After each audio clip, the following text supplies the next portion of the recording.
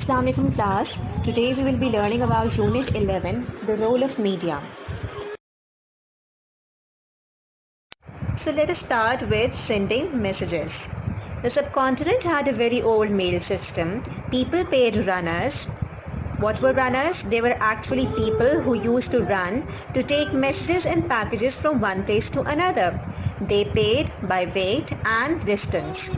Just like today in modern's world, we use TCS or leopards and we pay by weight and by distance. So when the British East India Company ruled Sindh, they needed faster mail. So in 1851, they used horses and camels instead of runners. They even used stamps called Sindh Dog. They were the first postage stamps in all of the Asia. In the next slide, I'll be showing you what a Sindh Dog postage stamp looked like. So now scientists and inventors worked at sending messages using electricity and magnetism. The messages spelled words using a code. There were many different codes. Just like when you use computers, they actually transfer your messages through a binary code. They don't actually send your messages in English or Urdu. Then in Russia, Pavel Schilling made the first electric telegraph in 1832. It could send messages along wires from one room to another. By the 1860s, there were telegraph cables between towns and cities and even under the seas to link continents. Now in this slide, as you can see, this is a Sindh Dog stamp. These are actually very rare and only 100 left in the world. Now this another diagram shows how an electric telegraph machine worked. Tele means far and graph means writing. So telegraph means far writing. In other words, you could send writing to far off places. The wheel type machine, here the messages came and it printed them in code or the thin ribbon of the paper. Then someone typed them out as words. The other part of the machine sent messages in codes. The part that actually sent messages in code was a tapping device. You had to tap different times and in different intervals to make a code. And then the other person would then decipher that code and would write it in English. The next topic is railway communications. The first trains were pulled by horses and went very slowly. A horse rider went ahead of the train beside the track. He waved a flag to say that a train was coming. Notice even in this picture, a man is walking ahead of the train while a horse is pulling the train. Can you imagine the power needed to pull that train by a single horse? The horsepower must be tremendous. And that is why, the horsepower came into being for the use of trains. A horsepower is basically the power of an engine measured in terms of horsepower. And it equals to 750 watts. That's huge. Later, steam trains had whistles that the driver could sound using steam from the boiler. That could alarm the bypassers crossing the train tracks. Look at this picture of a steam engine. Doesn't it resemble like a Hogwarts train? Next came the signalmen. Where tracks met, signalmen used their arms and hands to show train drivers which way to go. Signalmen moved parts of tracks to let trains go from track one to another. Notice in this picture a signalman is waving a green flag that says you may cross it, while the red flag says you must need to stop. In the next picture, a signalman is pulling a lever. This lever moved parts of tracks to let trains go from track one to another. Later, railway companies put up tall poles with signal bars. Train drivers could see them from far away unless it was very dark or foggy. Signalmen moved the bars up or down with levers. Like for instance, in this picture, the signal bar has two levers up and one lever that is pointing straight. The train drivers knew what messages the bars were giving. So obviously they could change their directions or either go or either stop. Even in your book page number 108, there is an old railway signal showing at Chak Jhumra. A train driver didn't know if another train was stuck on the track if he couldn't see it. just like in fog or in dark. It took a long time for a signalman to walk along the track to get a message to the driver. So there were a lot of crashes. The electric telegraph made it much quicker to send messages. By the 1850s, there were signal boxes. A signalman could use levers to change signals in different places, but not very far away. Even in your book, page number 108, a signalman is pulling a lever in the signal box. The lever moved parts of the track.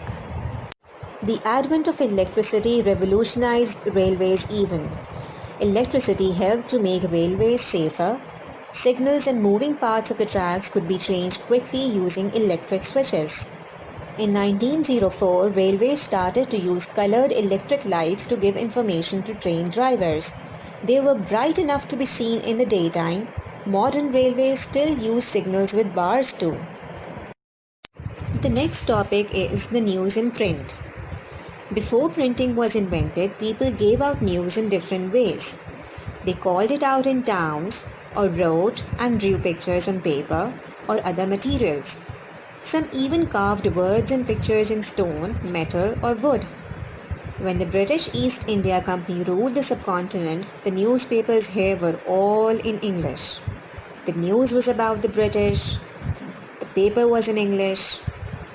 The editor then criticized the British East India Company. He was sent back to Britain.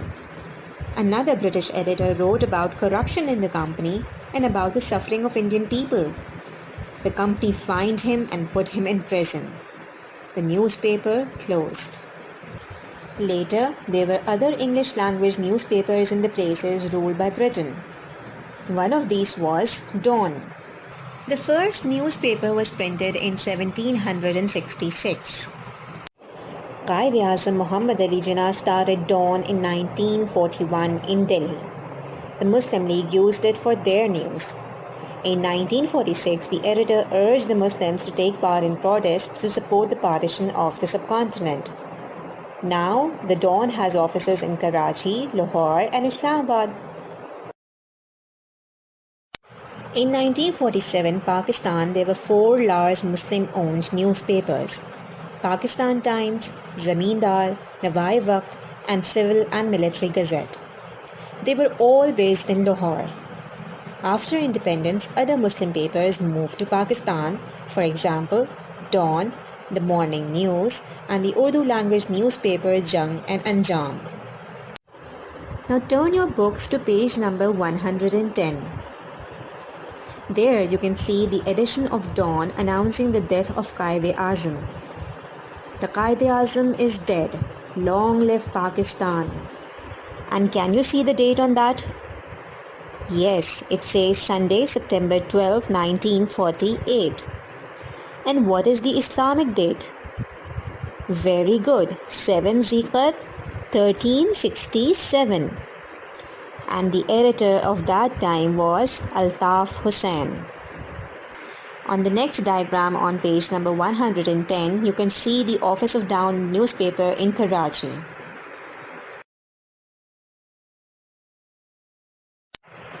So the topic that we just read was the news in print. That was actually whatever the news that was printed on the paper. While now we will read about the news on air. This means the news that was heard on the air. And in how many ways we could hear those news, let us delve into it. Around the beginning of the 20th century, governments began to use radio to send out news. Then, radio manufacturers and large shops started small radio stations. This helped them to sell radios because people would have programs to listen to.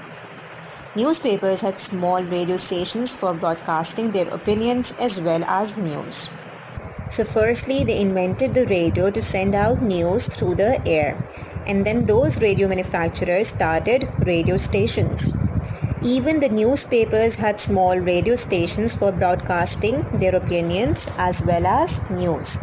So this was a source of broadcasting opinions. In the 1920s, radio technology became much better and more people had radios. Radio companies started to broadcast entertainment programs and news. There were also some television broadcasting, but very few people had TV sets then. The Indian Broadcasting Company began radio broadcasting in the subcontinent in 1927. Later, the government took over. It named the company All India Radio. Do you know in 1895 the Italian inventor Marconi made the first wireless radio transmitter and receiver? The broadcast went through the air as radio waves. Marconi built the broadcasting transmitter at Peshawar and gave it to the radio station there. On your books on page number 111, you could see a wireless radio from the 1940s, just like the one shown in this slide. Just like this radio, it had a wire for electricity but no wires to link it to the transmitter. In the next diagram on your page 111, you can see the Radio Pakistan's Karachi building. In 1947, All India Radio had 3 radio stations in the area that became Pakistan. The Pakistan government took these over. It started the Pakistan Broadcasting Corporation. Most households in the subcontinent had radios. The world's first public service television broadcasting company was the BBC, British Broadcasting Company. It began in 1922 but could not broadcast over very long distances. Very few people in the world had TV sets then. Pakistan Television began broadcasting in 1964. So the new topic for today is advertising. I'm sure you all must be very aware of what is advertising. When you're watching the television, there are advertisements. When you're even playing on your tabs, there are advertisements, right? And when you're watching the YouTube cartoons, there are advertisements and you want to quickly overcome those advertisements, right? So basically, what is advertisement? Advertisement is telling about your products or about your services. And this is something not new. It was practiced even before the ancient times. The ancient Egypt practiced it on papyrus. Papyrus is basically a plant and that was used in ancient Egypt for advertisements, and even wood and even stones. The first newspaper advertisement was printed in France in 1836. A company paid the newspaper to print the advertisement, and soon all newspapers had advertisements. Even on television, when you see an advertisement, the companies have paid for that advertisements. So this involves a lot of money to be spent, but in return, we are getting the information we desire. That is about the products and the services for any company. Okay, so let's have a look at an old soap advertisement from a newspaper. What does it state?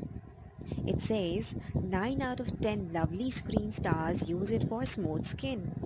And it's just basically an advertisement of a soap.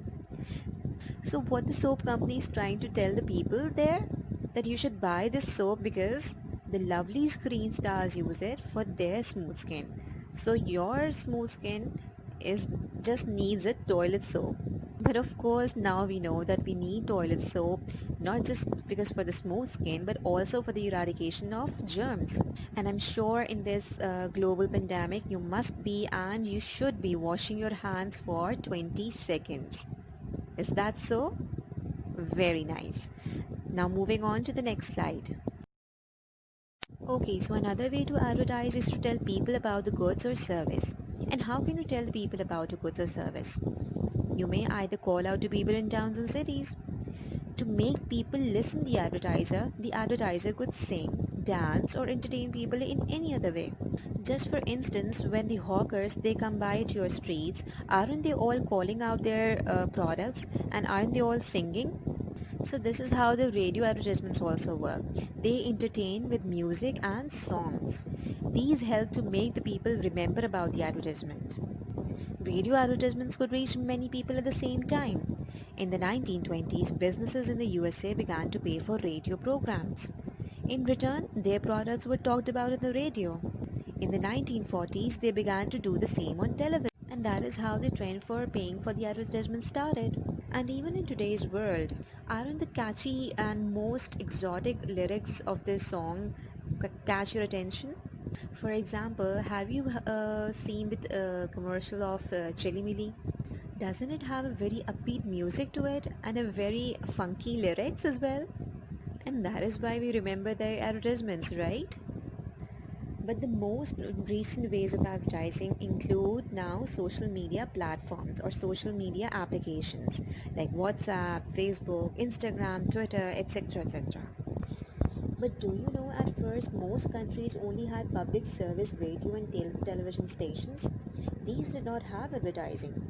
So what they do there, they raised money from licenses or funding from governments. Like basically the government supported them.